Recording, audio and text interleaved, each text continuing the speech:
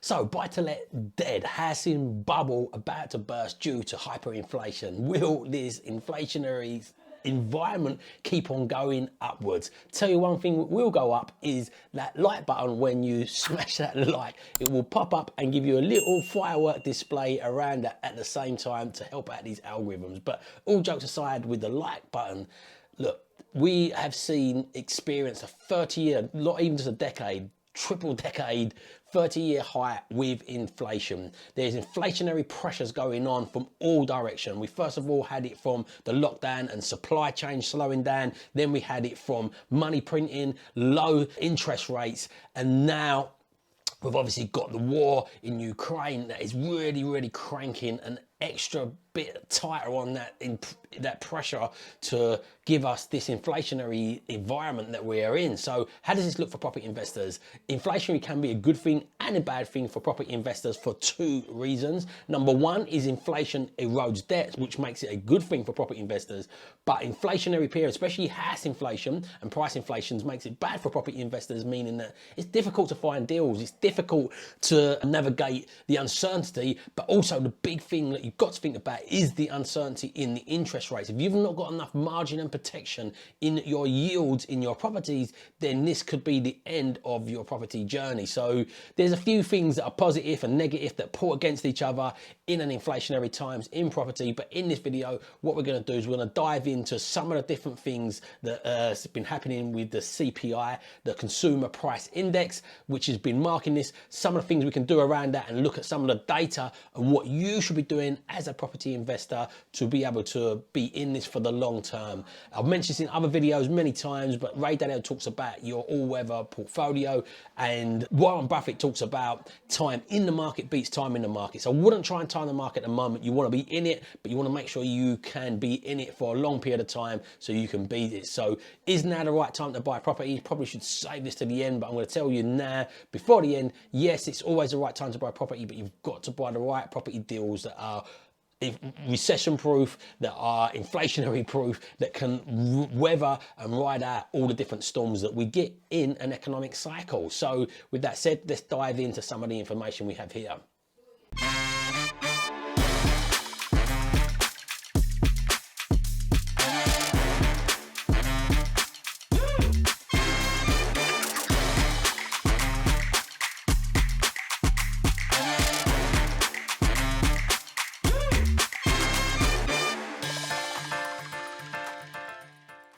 So if you go on the official Bank of England website, they actually state straight at the top, this is official Bank of England website, we expect inflation to rise above 8% in spring 2022 and perhaps even higher by later this year. We expect it to fall back over the next coming years. So that's the Bank of England's prediction around this.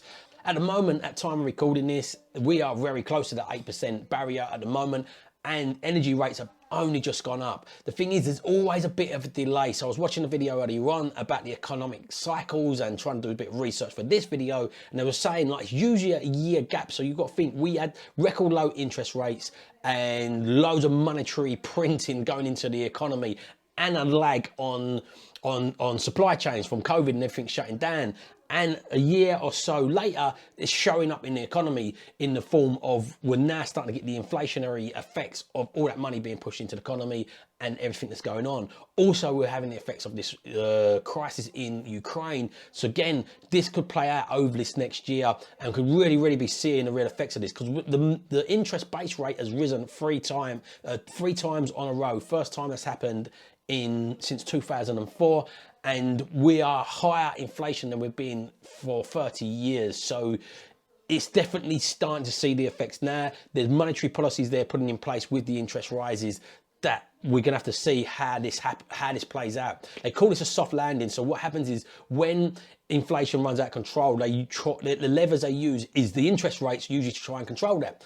And with the control of the interest rates, the either gives you a soft landing, they get this right and it just tails it off, or they get it wrong and it causes a recession, which many people are predicting we could have a recession next year, could be this year, but the chance of that the signs of it are definitely there. If you've not checked out my video about recession, definitely check out the signs of recession that are there at the moment. But each one of these on their own don't mean we're definitely going to have a recession, but then played out together definitely could lead towards a recession, and a lot of these are starting to accumulate together.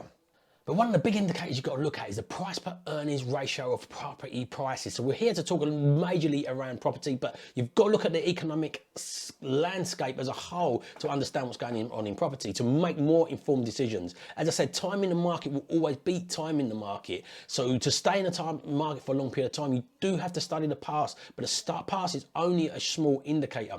And one of the big indicators we do want to look at is the price per earnings ratio. Whenever the price per earnings ratio, meaning the average age the average house price in comparison to the average wage, when that widens, this is again been another indicator when we're heading towards some sort of correction. This is wider than it's been for a long time. In this article from The Guardian, it says house price growth outstrips wages 90% of England and Wales, in 90% of England and Wales. House prices outstripped the wage growth in more than 90% of England and Wales last year, according to the Office of National Statistic Data.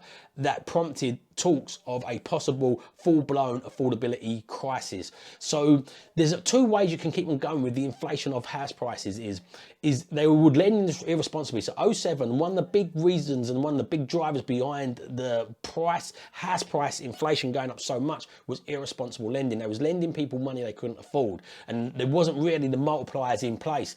As a result of that, what they done is monetary policy stepped in and said, okay, we need to put a cap on of people's affordability and how much they can lend on their mortgages. So since then, it's been roughly about 4.5 to 5 times your income is what you can borrow. They also really look into what your other lending and your other affordability factors are around this. So much like they didn't before you used to go into the bank and say, yeah, this is my wage. They didn't even used to check if you had that wage previously. They'd even lend you 110, 120% on top of what you wanted to borrow to do works to the property. I even know mortgage products that was giving you 110% mortgages to do work on the property, and they was lending these products to people buying new builds that obviously didn't need any work doing, which is just obviously crazy. But this is one of the major drivers behind the price rise before.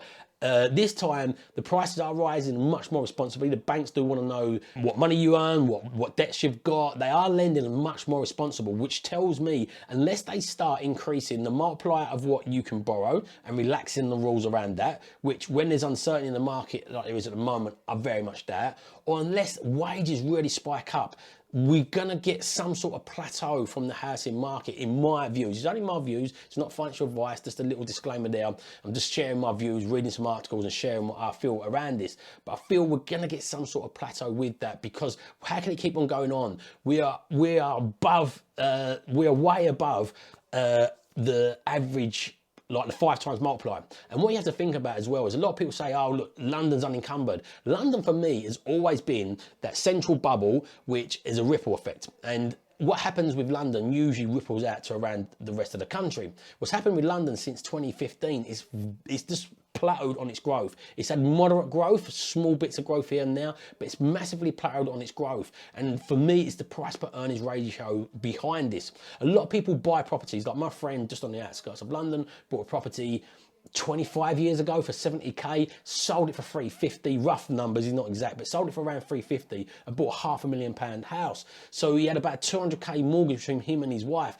On both of their wages or their normal savings, they couldn't afford to buy a £500,000 house. But because they had so much equity growth, they bought it from the equity growth. And this is what happening. But if you look at the average home ownership age, it's just going higher and higher and higher, and that between like 25 and 35, that mark is going down and down and down on the first time buyers buying at that age, and it's because of the price per earnings ratio. This is why stuff away from London is performing really well. But for me, everybody talked about London being a ripple effect when it was growing, because everybody wanted to feel that ripple effect coming backwards to them, but nobody's talking about it now. Now it's kind of plateauing, and I believe everywhere will plateau like London. There's only so far I can keep on going. The growth may stay there, but will this have this double figure growth and this keep on jumping up, doubling well, it don't happen all the time, but in some places it's happened every sort of like 7 to 10 years. Can that continue? It's not in London. It's had really just soft, moderate growth. And I believe with the price per earnings ratio expanding, this is where we're heading towards with all the major cities across the UK. Some are further behind with that. And the great news is infrastructure is going into these other cities. So jobs are there, remote working's there. It's making it much more accessible for these other cities, and this is why I'm excited about being a remote property investor, because you're seeing that growth. But I believe there will be a plateau point, and I think some cities are further around that cycle than others. So this leads me nicely into what should you be doing as a property investor. I believe you should be looking at areas that got good infrastructure in them, but got a good price per earnings ratio and affordability across the UK. And this article here really shows you a nice list of places that are affordable and gives you a list of the price per earnings ratio affordability. This is giving it as an average household income, but again, this gives you an idea on places in the UK that are still got growth in them. I wouldn't just look at the affordability, I'd also look at the infrastructure going into those areas, which is really easy to pick up today. If you look at property data, we'll give a link of that in the description below. You can really research this information quickly and easily about an area and the infrastructure that's going into these areas. So many people are narrowed in on the recent history stuff. If you zoom out, the wealth distribution across the UK was pretty even. We had steam engine was the main source of transportation, so we invented the steam engine. All that was in the north. Steelworks was in the north. Coal was up in the north. They had the coal mines. We had our houses were heated by coal, so there was loads of industry across the whole of the UK, which when America took over as a world leading superpower, it went, and oil took over as the main leading source of transportation and heating our homes and gas. So we lost that, and it became a central business hub in London. And as a result, lots of people wanted their offices in London and to be able to jump on the tube and do meetings. And this, you see this decline. Like if you look at Ray Dalio's New World Order, Principles of New World Order. It's a new book. He's got a great video on YouTube as well. We'll leave the link to that in the comments as well, about rising and declining superpowers. You can see as we went on decline as a superpower and America took over us, this is when all these industries lost that, and we lost our position with that, and it became a central business hub in London. But since 2015, the powerhouse of the North Deal got announced and they attracted overseas investment. That wealth distribution is getting spread across the UK again, even to the point the Treasury have got a second office in Darlington, right next door to my gold mine location, part of my gold mine area. And the Treasury's there, and the infrastructure is unbelievable what's coming in. Up until all the capital appreciation in the UK up until the 2007-2008 crash was forced mainly from the irresponsible lending and overseas investment. Then we crashed, and Manchester's and all these other places crashed like the rest of the country, and then London recovered first in the southeast because the infrastructure and jobs was there. But in 2015, they started off in Manchester with the powers of the North Deal and put the infrastructure in there. Jobs got created there, and you've got to think of big employers. They was thinking, look, we can buy an office in London and it'll cost us 20 million, or we could buy one in Manchester, it costs us $1 million.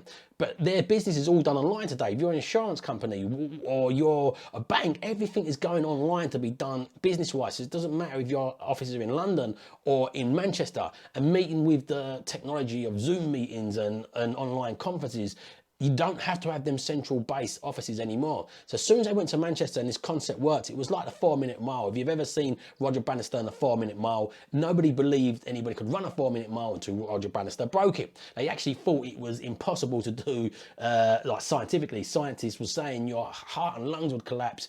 It's not physically possible for human beings. And as soon as Roger Bannister broke that, loads of people mentally, it broke that barrier in their head, and loads of people that year actually broke it, and loads since then have broken that.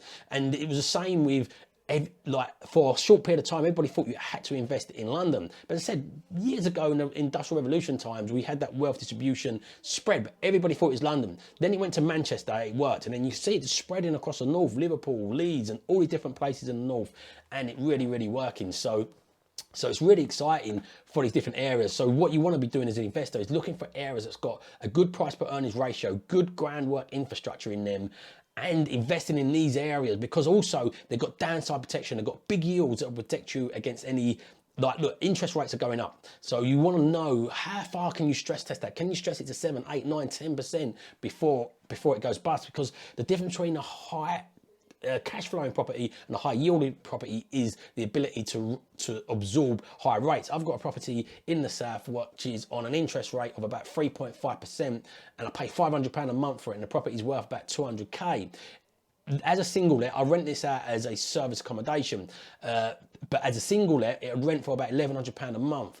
If the interest rates doubled, I'm going to soon be into trouble there at about £1,000 a month if it only rents as a single let at £1,100. I also look at what will the government pay. So in that same property, they'd pay about £800 a month, like just directly from the government as housing benefits. If people lose their jobs, can I be covered? So it's a £300 shortfall. Look, that property for me can absorb that because I've got lots of other properties. If that went underwater a little bit, I've got other properties that could ride that out until we come back to some like realms of normality. The government wouldn't allow things to be out of control for that long. They'd have to get it back to some sort of level of normality, but you've got to be able to handle these short shocks. Where if I've got a property in the north, for example, I've just got a property in the north, I think the mortgage is about 170, and we rent it for £700 a month, with £50 a month off of what the housing benefits would pay for that. So if that person lost their job, it would fall straight into the benefits.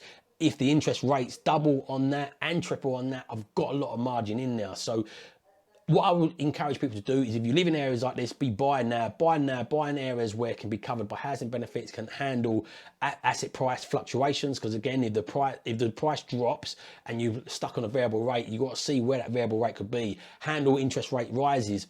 This is where you'll get a portfolio will weather the storms and give you time in the market instead of trying to time the market. Give you a great foundation to have the higher strategies. Look, this one I'm talking about that is service accommodation, that give me a higher income, but something goes on in the war, we have a COVID again, that model might not work anymore. And if I need to rent it out as a single let and I've got massive interest rates and I'm getting stung like that, I've got these other ones that can support that. So it's good to have some of these other strategies in there, but you want a large proportion of sturdy stuff that's going to ride you out any storms. This is how so many people went bust in the 07 correction, 08 correction, is they couldn't afford the payments on their interest, and it just wipe them out. So hope you found that useful. Love to hear what you are doing around building and continuing to build wealth in this environment. My why is to live on my terms. My mission is to help as many people live on their terms, using property as a vehicle to do that. So please like, subscribe, share this out to as many people you can. Comment in the comments below with any questions. I'll do my best to answer as many of them I see. But remember, if you don't evolve your ideas, you're never going to live on your own terms. So evolve your ideas, live on your own terms. Have an amazing day.